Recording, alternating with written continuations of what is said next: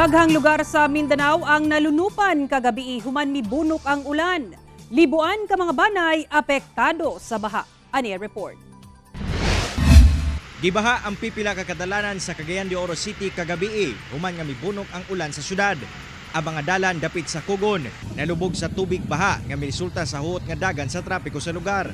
Stranded sab ang mga motorista sa dalang CM Recto tungod sa hangtod bagtak nga tubig baha.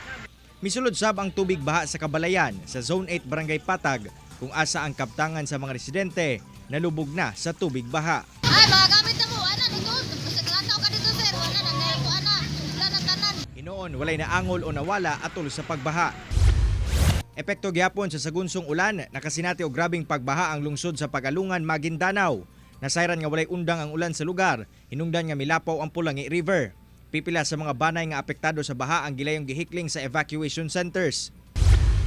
Sa Bayog, Zamboanga del Sur, natabunan na sa tubig baha ang kalsada sa lungsod human sa pagbunok sa ulan kagabii. Ang mga residente, gibutang na lang sa taas nga lugar ang ilang mga gamit human misulod ang tubig baha sa ilang mga balay. Kining motor, gisaka na aron dili mabasa sa baha. Matod sa Office of Civil Defense, miabot sa kapin 2,000 ka mga banay sa lungsod sa Mulave, Dumingag, Tambulig, Mahayag ug Bayog ang naapektuhan sa baha. Matod sa Pag-asa, dunay gyapon Intertropical Convergence Zone o ITCZ nga makaapekto sa nasod. Samtang ang pipila ka lugar sa Mindanao ulanon tungod sa localized thunderstorms.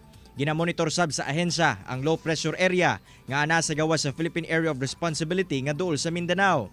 Gipaabot nga mosulod kini sa nasod apan mubo ang tsansa nga mahimo kining bagyo sigon sa Pag-asa. Ipahimangnuan sa ahensya ang katawhan nga magbantay sa kalit nga pag-usab sa panahon.